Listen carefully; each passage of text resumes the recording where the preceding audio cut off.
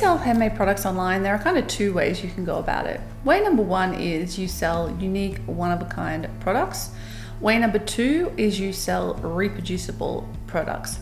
So a one-of-a-kind product is anything where you make one of it, it's unique, you're never going to make more, or at least you're never going to make more that look exactly like that. Whereas reproducible is you make a prototype that you can reproduce to look identical or as close to identical as possible, and therefore you can just keep making that over and over again. Both are as legitimately handmade as each other, but making reproducible products is way more profitable when you sell exclusively or mostly online than making one-of-a-kind products. And today I'm going to explain exactly why that is, and you might get some insights into how to make your one-of-a-kind products more profitable, and or maybe I'll convince you why it might be a great idea to have at least a line of reproducible products that you can sell, which is what I encourage the majority of my students to consider when they do want to sell online. Now, I just want to clarify something first, because I have a lot of people ask me this.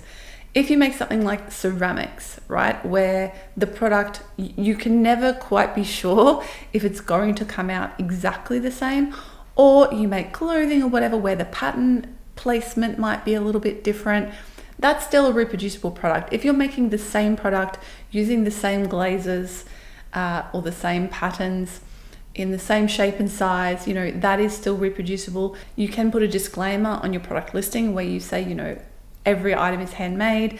You may get one that varies slightly, and even better, you might show a few different examples of that product, not in the first photo. Make sure the first photo is just of the thing they are getting, like the one product, but you might want to show, this is where you might get slightly different glaze finishes or whatever. And that is a way where you can make reproducible products that are a little bit different each time, and that is acceptable. Okay, with that out of the way, let's talk about uniquely one-of-a-kind products and the issues that come along with selling those online. Okay, so the first one is obvious, that the fact that it is unique, there's no way to mass produce it or to repeat it. There's no way to scale the production of that product in a way that you could if it was reproducible products. For example, you could have staff who are making those reproducible products. If you're making one-of-a-kind products, chances are you're going to want to create them yourself, because you are going through and doing the whole process from beginning to end. And of course, along with this comes the fact that once you've made a product, you have it sitting there and then you have to sell it. Whereas a reproducible product, you make a prototype and then you can sell that same thing over and over and over and over again without actually having the product made, because you make to order. So when you make one-of-a-kind products, you are having those products, the time and the materials and the money you've invested in that product is tied up in that product until you sell it. Whereas when you have reproducible products, you actually can the prototype's the only one you've actually made until somebody has actually paid for that product. And you can generally sell the prototype as well, although frankly, I usually keep most of my prototypes for myself when it comes to the jewellery I make, because I like to have it. The second difficulty is pricing. You have to, every single time you make a unique product, go through the process of pricing your product. And for those of you who know how hard it is to price a product, yeah, it's not fun. I mean, you should have a formula in place and a system and a process in place for pricing, which if you do, will make this a lot faster and a lot easier. But it's still something you have to do every single time, is come up with that price. And if you have you're not making the same product over and over, you have to every single time calculate how long it's taken you, what the materials costs are, what the overheads costs are for this particular product, and all that sort of stuff. And that's going to make it a little bit more difficult each time and take more time to calculate the right price for it. The third thing is marketing and visibility. So if you're making reproducible products, you can use that photo of that product for years and years and years and get it out there in as many places as possible. Whereas when you're making one-of-a-kind products, a problem you may come up against is that people will see the product that you've made and go, oh, I'd like to buy that, but you've already sold it and you don't have another version of that product to sell. And so they might be like, well, that's all I wanted, and then leave. So it makes it a little bit harder to kind of gain that traction. On the flip side of that, though, as a benefit of selling one-of-a-kind products, is you have the scarcity aspect. So if you have a big community, or you grow, even a smallish community of fans, like really big fans of your work, then that might actually work in your favor, because people will kind of be clamoring to get a piece of your work. And therefore, if you release things in batches, where you like email your list and let them know, and then you show it on social media and you do teasers and stuff like that, you may find that you get to the point where you're selling out your one-of-a-kind items because people really, really want to collect your pieces, and they know that if they don't grab it, then there's no chance of them getting it because it's one of a kind. So that is kind of a positive. If you want to go down that route and you actually want to grow that community of rabid fans who will clamor to collect your items, then that can be the upside of selling one-of-a-kind pieces. And this can actually be a way that you kind of do a combo. You could have some reproducible items, and then you could have those one-of-a-kind pieces as well, which are special, higher price, and that people want to collect. So making one-of-a-kind items is time consuming, and it's time consuming in a couple of different ways.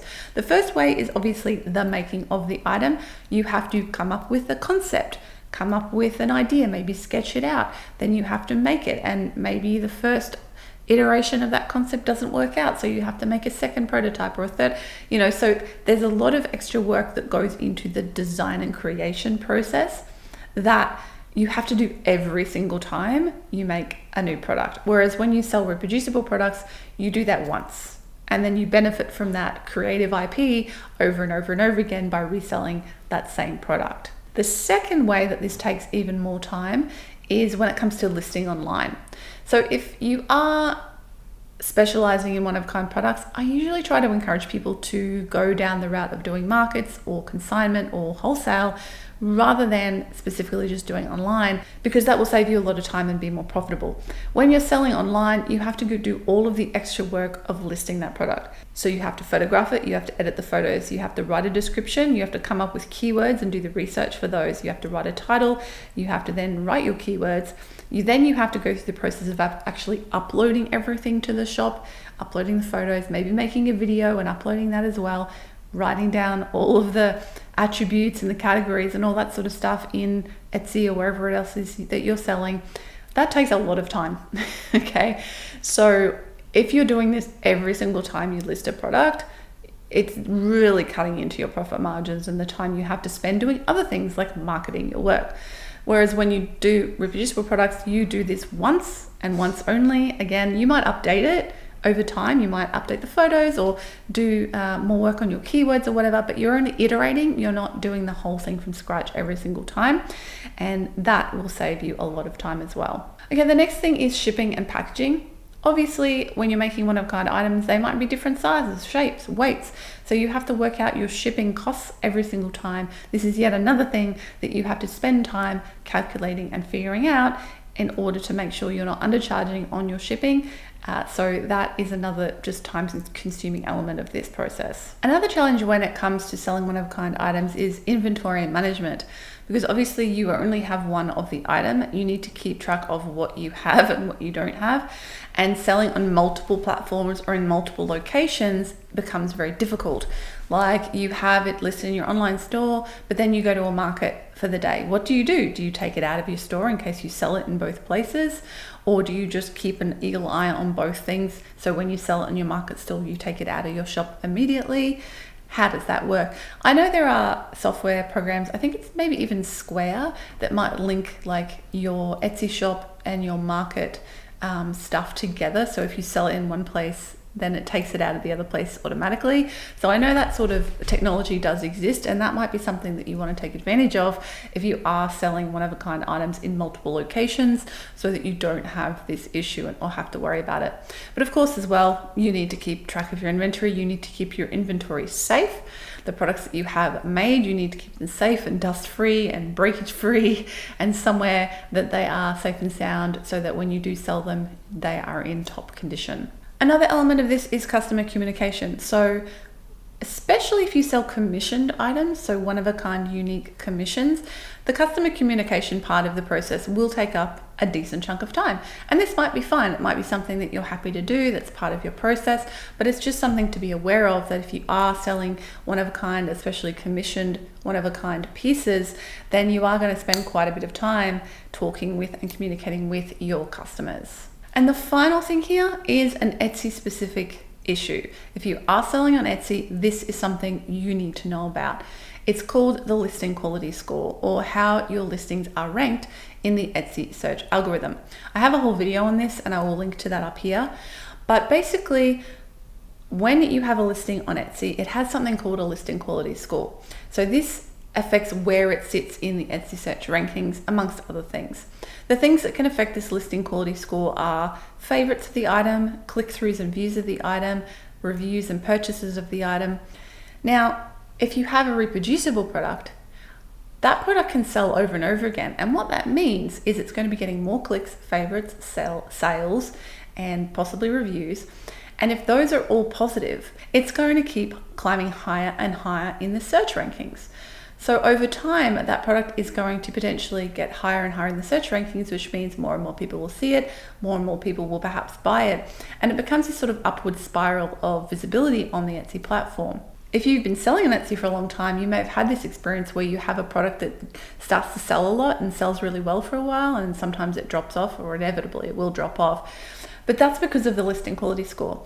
If you are selling one-of-a-kind items, you don't have a chance to have this upward spiral of your products, because once you sold it, that listing is gone. So this is a downside, again, of having one-of-a-kind items on Etsy specifically. You can't take advantage of this particular search engine trick to get your stuff ranking higher in search. You can see that there are a lot of caveats, a lot of cons when it comes to selling one-of-a-kind items online. It's not all bad news, but it is going to, as a general rule, take you a lot more time and be less profitable than selling reproducible items. This is why pricing your one-of-a-kind items correctly is so important. You need to make sure you're covering all of this time that you're spending on your product. You need to make sure you're accounting for all of that. Now, I talk about this in my pricing video where I explain why you need to be selling all of your products at retail price, full retail price online, rather than just wholesale price, which is what a lot of people do. It's kind of when you like, oh, I take my time and materials and I add a little bit and then I times that by 2 and then that gives me, that's fine, that's plenty. It's not plenty, and it's not plenty because you're not paying yourself to be your own salesperson. And I talk a lot about that in that video, and I'm going to leave that one here because if that sounds a bit revolutionary to you, I want you to go watch that video and learn why pricing is so important, because you do have to pay yourself for the work of selling your item, not just for the work of making the item. If you enjoyed this one, give me a thumbs up, let me know your biggest takeaway in the comments below, and I'll catch you in the next video. Bye for now.